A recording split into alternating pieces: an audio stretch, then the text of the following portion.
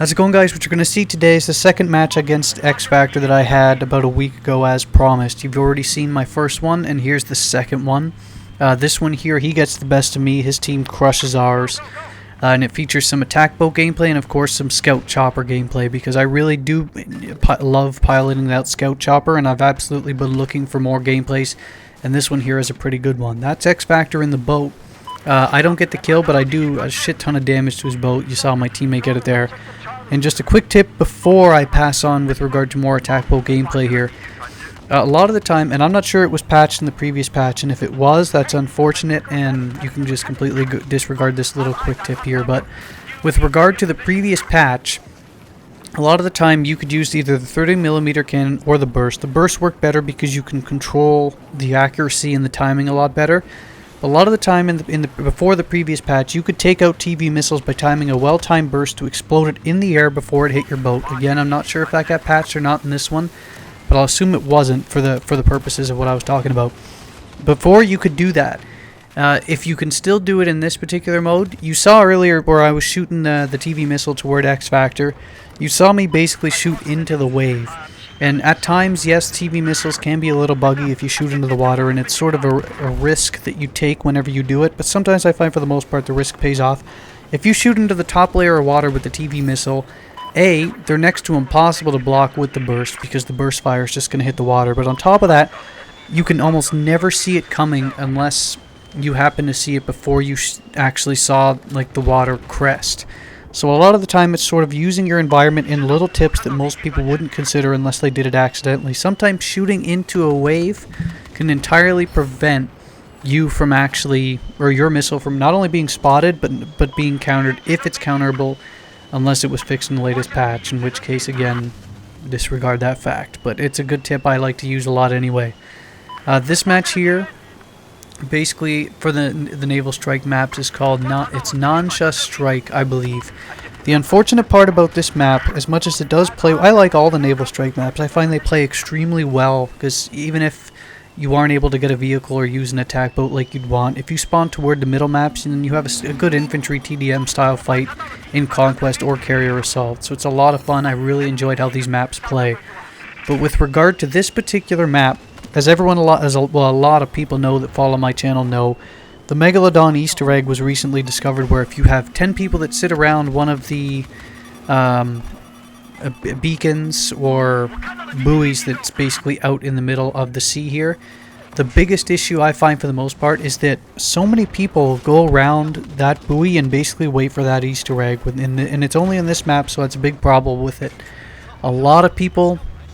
And the problem is you never really know who's going to go. Like, it could be 10 of your teammates. It could be a split between a lot of the people between teams. It could be the other team. So you either win handily, you lose handily, or it's basically a split between, like, it basically becomes like a 48-man server instead of a 64, basically because there's so many people trying to get that Easter egg. So this map here, sort of, at least for now, and I know the novelty will wear off. I'm not a huge Easter egg guy, but I do respect that other people are. That's fine.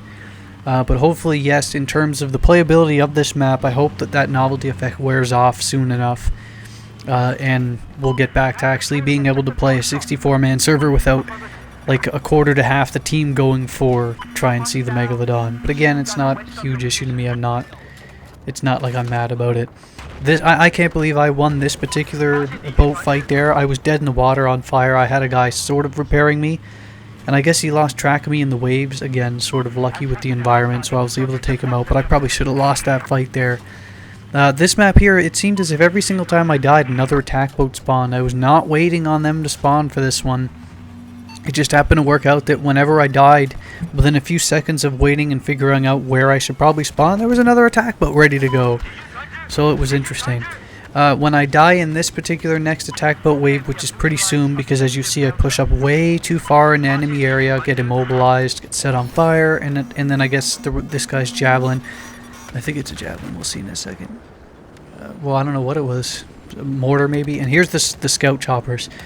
I screw up mightily in a second here. I dive way too low, I get clipped by a tree, it knocks me off balance, but I don't know how I managed, right here. Look at this. I just somehow managed to salvage it. But that was my biggest mistake, and, well, I make up for it, as you'll see in a minute here.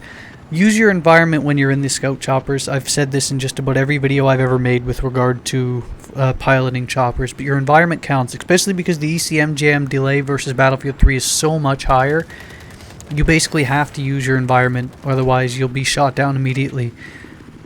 Use your ECM. I know it's back now, so now I can play a little bit more aggressive. I can't fly too low because guys with SMAs and RPGs will be basically hunting me. But you can stay in this sort of medium ground, stay moving so you're not bait for them basically. And if you get locked, what you do is you use your environment. Like in this particular, I'm in the middle here, I'm completely exposed. The other guy's around me. He's got a repair guy, unfortunately I don't. But what you do is you take guys out here like XFactor is there in the kill cam. You can next, when your ECM expires, you can go to the right spot here, lower than the area of the mountain, and the reason why is it completely obstructs any lock-on views from hitting you, and it buys you time for your ECM to return so you can fly back over the middle and do it again. That's the easiest way I like to actually use these scout choppers, because they're so much more agile than they were in Battlefield 3, and that's my favorite part about using them. And other than that, basically that's the tips with scout choppers. This match here, like I said earlier, other than the scout chopper and some good attack chopper, or other than the scout chopper basically here where I'm attacking this transport chopper and the attack boat footage from earlier, it's a good overall match that I did good in personally, but the overall, how this map played out, basically we got crushed by XFactor and his group. They absolutely slaughtered us in terms of play. You see, in a second or two, unfortunately, you'll see a guy in the other scout chopper on the other team, basically. Me and him engage in a dogfight from here on out, basically to end the rest of the match, but nothing really came of it. Just when I had the element of surprise, because he actually gets the jump on me. So, see, that's what I mean by using your environment here to block incoming missiles, because they'll hit the carrier, and you can use a mountain, whatever you choose. He gets the jump on me. I turn it around just as the match ends. But anyway, that's basically it. Hope you enjoyed this second bit. I'll do more chopper footage, and I'll even give lessons. I'm thinking about doing a tutorial for choppers pretty soon as well. So, at least for PC. So, hopefully you enjoyed. See you later.